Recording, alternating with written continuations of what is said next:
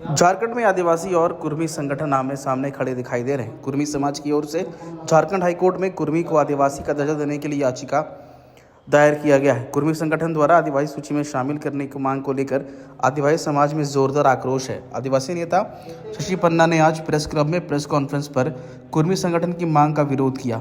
शशि पन्ना ने कहा कि ये कहीं से सही नहीं है कि आदिवासी और कुर्मी जाति में कोई विभिन्नताएं हैं। आदिवासी की संस्कृति और भाषा अलग है। आदिवासी समाज में 33 अलग जाति हैं और हर जाति के अलग अलग भाषा और संस्कृति है, जबकि कुर्मी जाति में ऐसा कोई विभिन्न नहीं दिखाई देता। टीआरआई की रिपोर्ट भी इस बात के खिलाफ है। स्पष्ट रूप से अपना पक्ष रखना चाहते हैं कि आदिवासी समाज काफी आक्रोशित है और ये तथ्यात्मक रूप से हम ये बात रखना चाहते हैं कि इनकी भाषा, संस्कृति, परंपरा, रीति रिवाज कुछ भी आदिवासी से मेल नहीं खाते हैं। इनका जो भाषा है वो इंडो आर्यन लैंग्वेज फैमिली से बिलोंग करता है और आदिवासी का जो भाषा है वो एक तरह से द्रविडियन और ऑस्ट्रो एशियाटिक लैंग्वेज फैमिली से बिलोंग करता है। तो एक डिस्टिंक्शन ये है।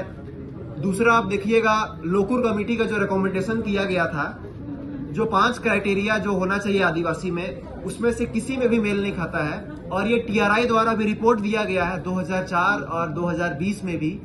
उसमें स्पष्ट रूप से कहा गया है कि 5 बिंदुओं पर पे चर्चा करते हुए कि ये यहाँ के आदिवासी मूलवासी नहीं है, ये सेंट्रल इंडिया से आकर के यहाँ पर बसे हैं और ये इन पे आदिवासी का जो 5 क्वालिटी है वो किसी में से ये मेल नहीं खाता है। दूसरी बात, यहाँ पर जो इनके द्वारा लगातार डिमांड किया जा रहा है, इस तरह इस डिमांड से हम लोग इसका विरोध करते हैं और आदिवासी समाज काफी आक्रोशित है। और इनके द्वारा अगर इसी तरह मांग किया जाएगा तो हम लोग आदर्श आचार संहिता खत्म होने के बाद हम लोग भी जोरदार आंदोलन करेंगे। और साथ में हम लोग ये भी कहना चाहते हैं कि आदिवासी समाज द्वारा हाईकोर्ट में भी इस केस में इंटरवेन किया जाएगा।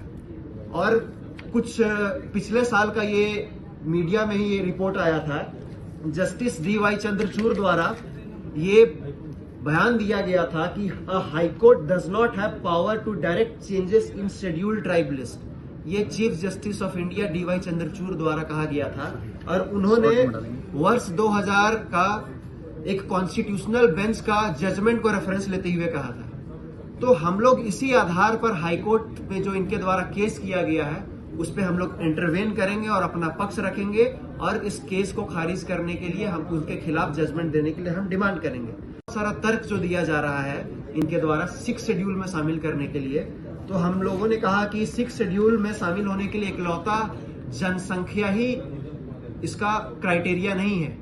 6 शेड्यूल में जो 4 स्टेट आते हैं, असम, त्रिपुरा, मेघालय, मिजोरम, इसका अगर आप देखिएगा आसाम में सिर्फ 12.4% ST का पॉपुलेशन है, फिर भी वो 6 शेड्यूल में है। त्रिपुरा में 31.8% है, फिर भी वो 6 शेड्यूल में आते हैं। यही आप अरुणाचल प्रदेश में देखिएगा तो 68.8% ST का पॉपुलेशन है, फिर भी वो 6 शेड्यूल में नहीं आते हैं।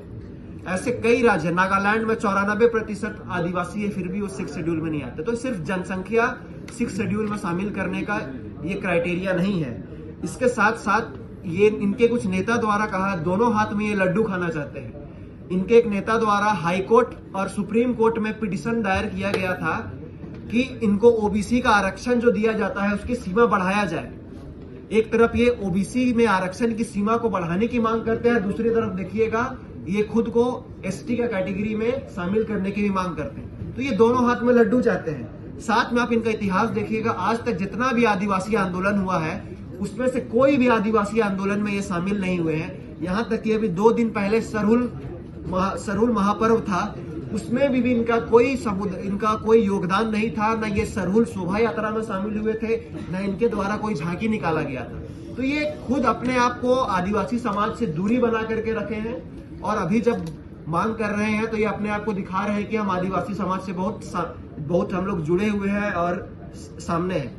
तो ये पूरी तरह से दावा है, ये गलत है। और CNT एक्ट का जो ये तर्क देते हैं कि हमारा जमीन भी CNT एक्ट में आता है, इसलिए हमको भी शामिल किया जाए आदिवासी का सूची में, तो मैं आप लोगों को बताना चाहता हूं कि जो CNT एक्ट है उसमें सिर्फ ST का जमीन नहीं, ST, SC, OBC तीनों का जमीन आता है।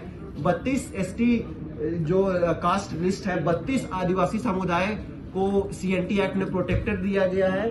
इसके साथ साथ 23 SC कास्ट से जो लोग आते हैं उसका जमीन भी सीएनटी एक्ट में प्रोटेक्टेड है, और 51 जो ओबीसी कास्ट से आते हैं उसका जमीन भी सीएनटी एक्ट से प्रोटेक्टेड है। तो जस्ट बिकॉज कि आपका जमीन भी सीएनटी एक्ट से प्रोटेक्टेड है, इसका मतलब ये नहीं होता है कि आप आदिवासी हैं।